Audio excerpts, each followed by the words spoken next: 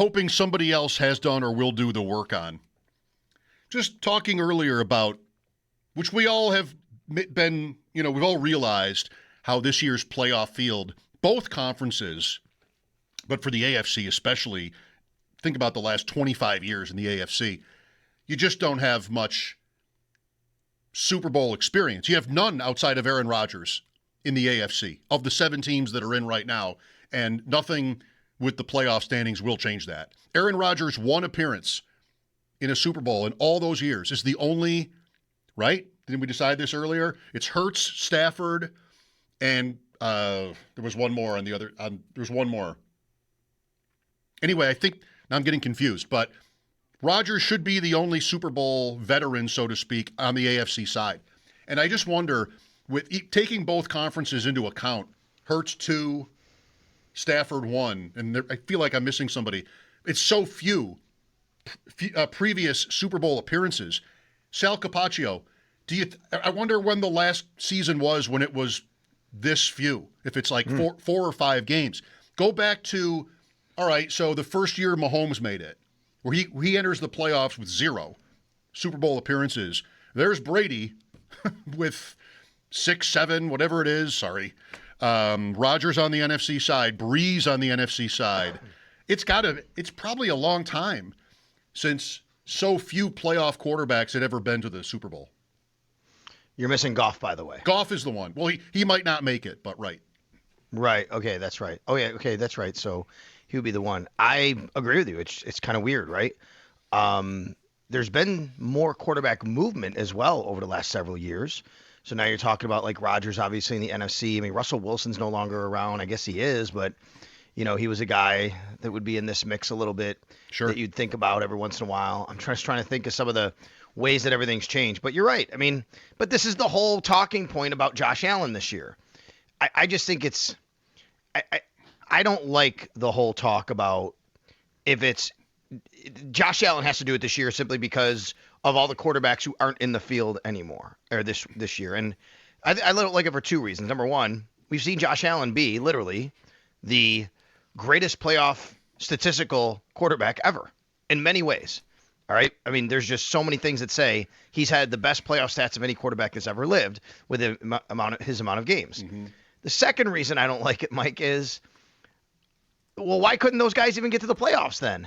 You know what I mean? Like it's I said the other day to Zach and Derek, to me, it's like when people would bring up his record in the finals and some sort of negative. And I'm like, but he's getting to the finals more than the guys the guys you're talking about here. He's actually literally beating them to get there, and then he might lose. Anyway, that's why I don't like that. You're right. This is a way different field, but that has changed then the conversation to, boy, if Josh Allen doesn't make a Super Bowl this year, if he doesn't get there this year, I don't know if it'll ever happen because you don't have those quarterbacks anymore, much less, the winning ones. I know you're talking about simply the guys who've even been in the playoff mix, basically. Yeah, the LeBron comparison works for me. It really... It speaks to whether you think these guys crack under the pressure, the weight of the playoff pressure or the Super Bowl itself or the NBA Finals, and I just don't. And I think Allen's statistics go to that, to that point or that opinion. I'm looking at the first year Brady made it into the playoffs, 2001 season. There you've got Favre in the playoff field. You've got, Rodgers wasn't there because Favre was there, but I think Kurt Warner had already been by then. I don't know. I don't know exactly what the numbers would look like, but as we knew already, before I bogged us down, it is an interesting year for this. Speaking of the playoff field, I'm sure you've been thinking about this and talking about this a lot, and apologies if I ask you anything that Bulldog has asked you these last couple days, but is it an easier path than last year? It's almost the same kind of question or point as the other thing. My guest last hour made this point, and it's what you're saying. If you don't make it this year, when will you make it? Is, say, going to Jacksonville, Denver, and New England easier than hosting Denver and Baltimore and then going to Kansas City to play a Chiefs team that had struggled all year offensively? I don't think it is. Who was your guest last hour? Dave Tripoli from Philadelphia. Interesting. Well, this is the conventional take, though. isn't it? Like, Yeah, no, I'm curious because I've seen it, and I know you and I both know Matt Verderam real well, and he's on this topic a lot lately. He's on this subject and about it's the same thing with Allen, and he has to get there if he can't because he hasn't beaten Mahomes, and if now or never. And I just think it's interesting, they have different perspectives, and I don't think anybody's coming at it from a necessarily like a hateful place or anything. I just think we're so close to what we see Josh do that it's hard for me. And you're talking to people here, you and me and other people in Buffalo who saw teams with Hall of Famers go to 4 straight Super Bowls and lose, and we know how tough that is, right? So it's hard for me to kind of criticize getting there and or not even getting there because it's such a team game. And I think that's where I'm going to go with this question, which is, Mike, it is easier from a standpoint of the best players in the conference and who's playing. I keep going to winning 3 on the road in the NFL is tough in the regular season, let alone the playoffs when you're actually playing really good teams who got there. Yeah. Like, I just think that's a tough deal. Yeah, me too. Well, it doesn't have to fall in exactly those That's teams, right. but the way I laid it out was the top 3 seeds at the moment. So we'll right. see. They could go to Pittsburgh in round 2 or L.A. or something like that, and it might look very different. I think on a one-game basis, like each week to week, I'd probably agree with you. Like knowing if you tell me, okay, they're first going to start in Pittsburgh, I'm like, okay, I'll take that. And then the next week you're like, oh, they're going to go to Jacksonville. I know Jacksonville's playing really well. I might be very okay with that compared to playing Lamar at home, going to Arrowhead, playing Joe Burrow. Like anything in a vacuum, yes, I think that is the correct answer. I take a look at the big picture. The NFL is a grind. It is, you 3 weeks on the road, no rest in sight, injuries. I just think that's a very tough ask. Has, after this last weekend's results, the goal of the 5 seed versus the 6 changed for you? With Baltimore in real trouble now and Jackson hurt again, like they're in really tough. So that's probably Pittsburgh now, and Jacksonville looks so good in its win in Denver. Is there more urgency for you thinking of the Bills getting to the 5 versus the 6? No, I've thought about this a lot. I don't know if there's much of a difference other than if you get to the 5, you still have maybe a much more legitimate chance than ever before to host after that. Yeah. 6 is tough, right? And I don't know. This is really good. I was going to go back actually today. Now that this is what happens when we walk. Are you like me? Like you go for a walk with a dog or whatever, and you just have all these random weird thoughts in your mind you want to go research and check out. And that's what I did today. I'm walking the dog today, and I'm thinking to myself literally this. So I'm going to try this maybe later, which is since the 7-team format started, I don't believe a 7 has beaten a 2 at all. I want to go back and look. Just once. But what's kind of been the? Oh, you said it has happened or no? It's happened once. It has. Green Okay. Bay, Dallas. Oh, okay. Oh, you know what? I was only thinking AFC, but thank you. And I just want to kind of go and look at what do the numbers say about maybe in any year if a 7 can win and a 6 can win all at the same time. I do think it's so sounds weird to say. This could be a year where in the second round you're looking at 1, 5, 6, and 7 all still alive. You might. I believe it's only been a few years, but the only close 2-7 AFC playoff game was Bills-Dolphins. And that really was sort of a fluky game. It was 34-31. The rest, including Bills-Broncos last year, have been blowouts. So You're going to see, at least in terms of the 7, you're going to see that. Well, I think the difference this year, though, is the 7 this year 12-5 is going to have at least 11 wins. It could have 12. Right. Yeah, pretty fair chance of that. Houston and the Chargers play this weekend. And if Houston wins, it's 11 at worst if they were to win that game in L.A. That's on Saturday afternoon, by the way. What do you think about that game? Who do you think, in your opinion, who would be the preferred outcome for Bills fans? Well, what would it change? If the Chargers win, they will have a look at that division, which I think I would like. I think I would like that. If Houston wins, they might still not have a look at the AFC South. Houston only can get to the AFC South with 2 wins and then a Jacksonville loss, and the Jags end with the Colts and Titans. Right. So I think I would say L.A. to your question. I think I would say L.A. That's a good way to look at it. I don't know who I like in the game, though. I think you really still kind of want Buffalo to finish ahead of Houston on the chance that they play each other in the playoffs. But it doesn't have to be like that, right? I mean, like I just think it's the boogeyman right now because of what happened down in Houston a month ago. Right. Let's get to today's updates. We have an injury report to talk about, and it's lengthy. What's surprising today? I don't know if anything's surprising. I think everything is more pretty unsurprising, actually, except it's Josh Allen actually practicing today when he didn't yesterday. And again, yesterday wasn't an official, but Sean McDermott gave it to us. So yesterday was a walkthrough. Today was a walkthrough, so it's an estimation today. And Josh Allen was upgraded to limited, so that's obviously good. Joey Bosa's hamstring. The only thing yesterday, we didn't know exactly why he wouldn't practice. Hamstring. He finished the game last week, but he had been dealing with the hamstring before that, so hopefully it's anything new that he's dealing with. I think it might be just more of a injury management situation, which is exactly what it is for Dalton Kincaid. At this point, Dalton Kincaid, injury management is what Sean McDermott's talking about. Dawson Knox didn't practice today with a knee injury. That's problematic if, given Dalton Kincaid's situation, Dawson Knox. And I could tell he was laboring a little bit during the game, Dawson Knox. But he finished the game, he played the game, and it had nothing to do with, the drop pass in the end zone. That's, he's got to come up with that. But you could tell he was laboring during the game.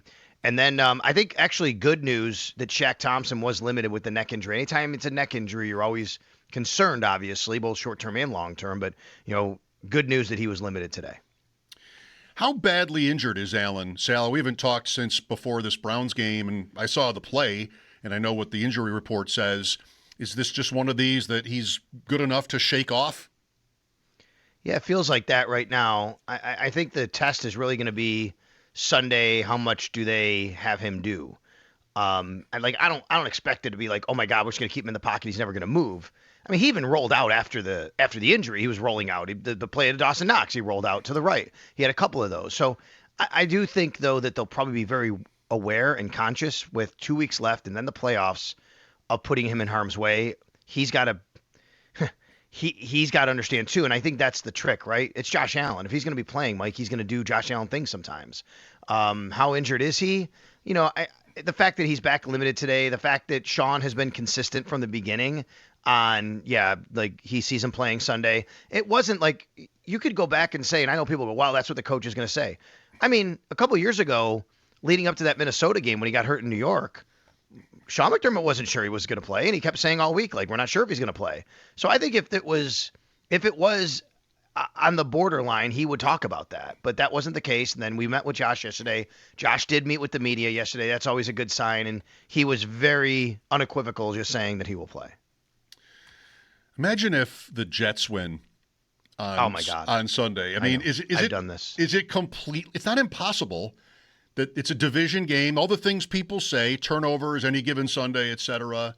Did the Saints just bury them, or did the Jets? I mean, time of possession is pretty close. Listen to me working here. Brady Cook. I love it. Brady Cook, but I mean, that's what gets you to no way, right? Brady Cook. It seems like the kind of game when a team wins like New England just did, that look out a little bit. Just because, shorter week and it seems like such an easy game to gloss over. Just, I don't know. I don't want to predict a Jets upset, but if there were one, all this stuff about what Allen does just completely changes against, then the game just becomes huge against Philadelphia, 0-60. I would say that Aaron Glenn is the type of coach. He will do whatever he can to try and get this win this week to try and play spoiler to the Jets. This is a guy that has no interest in losing, in tanking, whatever you want to call it. This is not the situation they're in. They will do whatever they can to try and spoil the Patriots' season. There's a rivalry there. Aaron Glenn is an intense dude. Brady Cook is the quarterback. That's what gets me to, there's no way. But if you look last week, he was, 22 of 35, I think, if I remember right, something like that. He threw the ball 35 times, right? I mean, they weren't afraid to throw it with him. He actually completed some passes. I don't think they lost because of him. The way the Jets have to do it is probably running the ball, Breece Hall. So, I mean, these things happen in the NFL sometimes. The Browns beat the Packers, as we talked about earlier this year. There have been some weirder upsets. Heck, the Raiders were playing with the Texans last week. I get on the airplane, and I'm like, oh my God, like what's going on here? I think the Raiders had a lead for quite a bit there. Can you imagine? You say, can you imagine?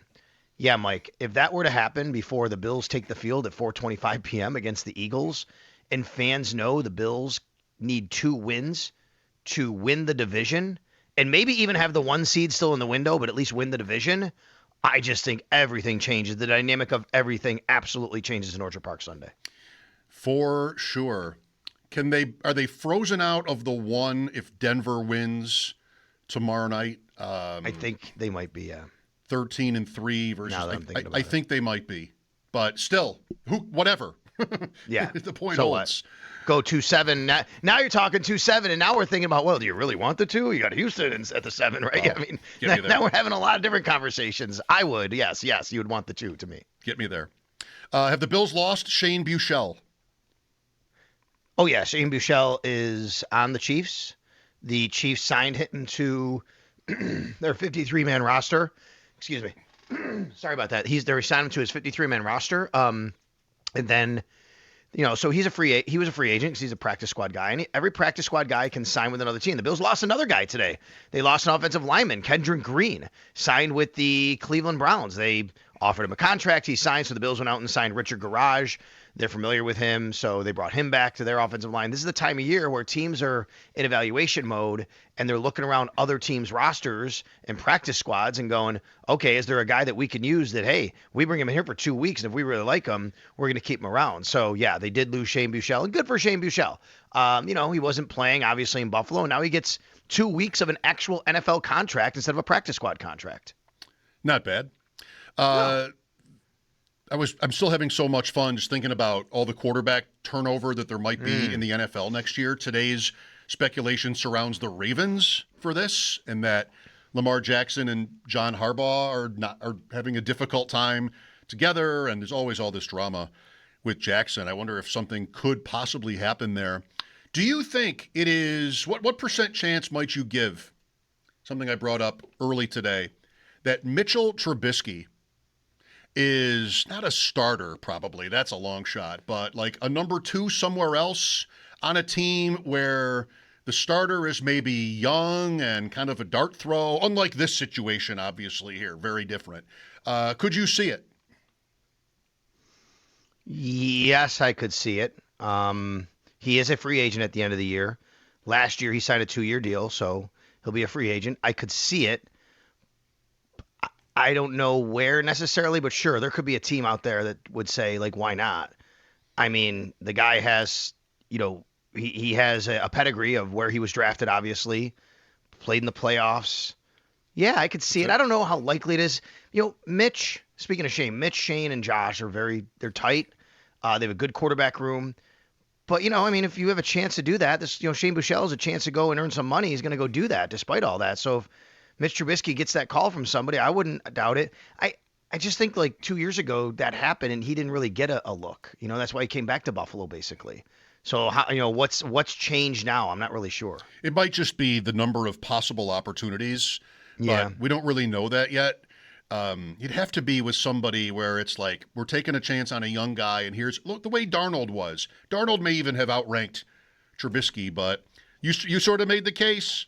Former top 3 pick. Started multiple playoff games, only 31. He's made, by the way, more than $51 million in his career, Trubisky. That's pretty good. And on the Lamar thing, boy, doesn't that, the way you put it, I saw the story about Lamar, possibly the Ravens could trade him. Dolphins are a team. He's from South Florida. I didn't know about the part you just said, which was Harbaugh and Lamar. It makes sense, but I'm thinking about it. And if that is the case, and the reporting right now is that it could go down that way, then that's basically the organization making a decision that it's John Harbaugh that they would keep and not Lamar Jackson, right? In that situation where I think there's been a lot about Harbaugh's tenure there, and there's a lot of fans who think it's time to move on from him. So I think that whole dynamic is really interesting. Yeah, we might be headed for another offseason where we're hearing updates from the different camps all the time on that one, which I don't need in my life, but we might get it anyway. Merry Christmas, Sal. What is your Christmas Eve normally like? So we're going to be a little quiet here with Yana and Max and I. We actually we're going to be cooking. They made some cookies a little earlier. I'm not the best cookie designer or decorator or anything like that, but I tried my hand a couple times. And then tonight, just a quiet night with the family and watch some movies. And we do have a tradition in the Capaccio household going back to when I was very little, where my brother and I got to open one gift on Christmas Eve before Christmas Day. So we will probably do a gift exchange tonight, one gift on Christmas Eve. My house has tended to be most of the within the family presents get opened in the morning today before I come in. I'm always working today. Bulldog is always off at the end of the year. But today we didn't do that, and my kids were just incredulous. Like, what? Ha! It's Christmas Eve, and we're like, you didn't get up until 1. I mean, you didn't give yourself enough of a window anyway. Dad's got to go. So it has to. They'll manage. They'll be fine. I'm sure they'll be fine. I love it. Yes. Thank you, Sal. Enjoy your night and tomorrow, and we'll talk again on Friday. Merry Christmas to you and your family, Mike, and everybody out there listening. Thank you. Sal Capaccio on the West Her Hotline. His appearance is brought to you by Outlet Liquor. Your place to buy a case, Outlet Liquor. What's your outlet?